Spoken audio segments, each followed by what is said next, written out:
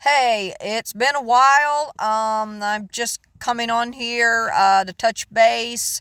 It's been like 3 months. We're still living in our cars, within homelessness.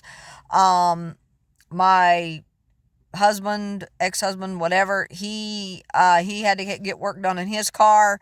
It was about $700. Turned out to be a dirty mass airflow sensor and a clogged fuel filter. I stopped driving that car because they never could figure out what was wrong with it. Anyway, now right about the time that his started having issues, mine started to have some issues, but I didn't, at first I thought it was just a fluke when the power steering assist fault came on.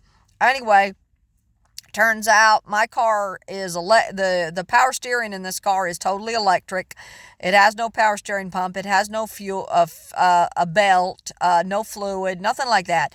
So anyway, I took the car in today. They had already told me it was probably the assembly, and I'd kind of figured that out on my own. So I went in today. My tires, I got two tire sensors that are also bad. Total cost for that is $3,200. With the $450 tire sensors, brought down to $2,600.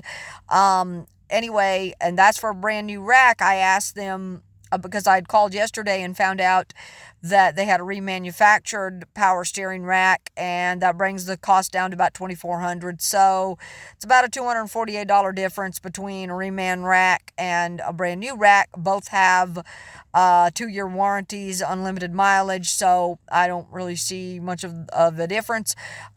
Initially, she said that when I called yesterday, they told me that the one rack would come from Greensboro, North Carolina, and it would come in only about a day.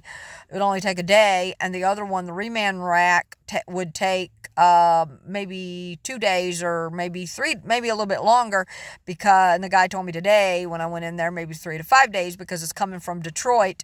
Anyway, so then when I got ready to check out or leave, and whatever, I did not know, because it acted up twice when I got in there.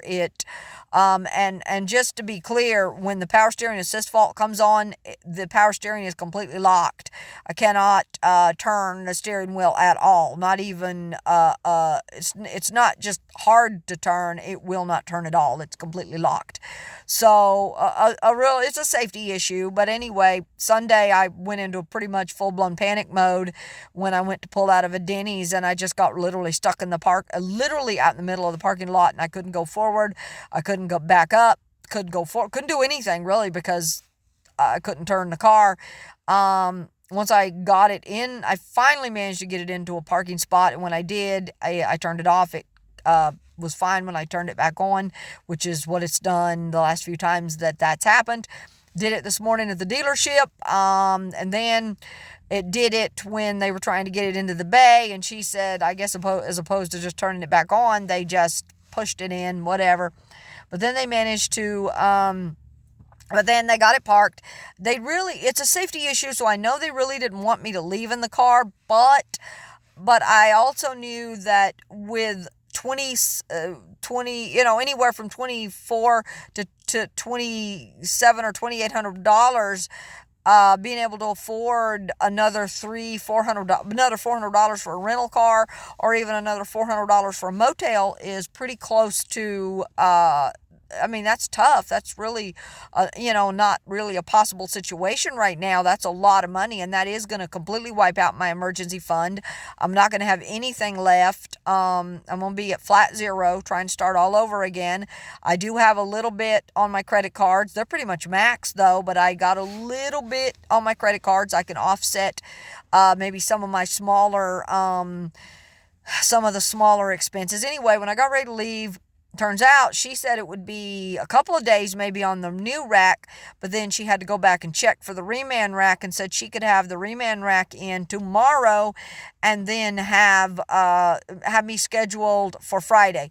So it would either be Friday or Monday. So I'm still gonna be driving the car for a couple today and tomorrow, and and on Thursday morning, or worst case, it could be the first of the week, so I'll be driving it for about 4 or 5 days, and it is a safety issue, and I did not know this, but she said that it can go out while I'm actually moving down the highway, and I did not know that. But I think it occurs more at turns. If I understood her correctly, it has something to do with the sensor, not the electric motor, but this. I mean, she didn't really go into it. It doesn't really matter because the whole rack needs to be replaced. It could be the electric motor, it could be the sensors, but regardless, the whole thing has to be replaced because they don't piecework it. They don't replace the electric motor. They don't replace the bad sensors, whatever the case may be. Anyway, I see my companion is here, so I will get off here. But anyway, if I'm to understand her correctly, it is the sensors. I think that it's controlling the turns. But anyway, just wanted to hop on here, touch base, let everyone know what's going on. We're in our 3 months of homelessness. Anyway, I'm here and I'm going to go in and do some work. I'm still in the litigation. Anyway, still waiting for them to send me a reply brief. Anyway, I hope everyone has a good week. God bless. Peace.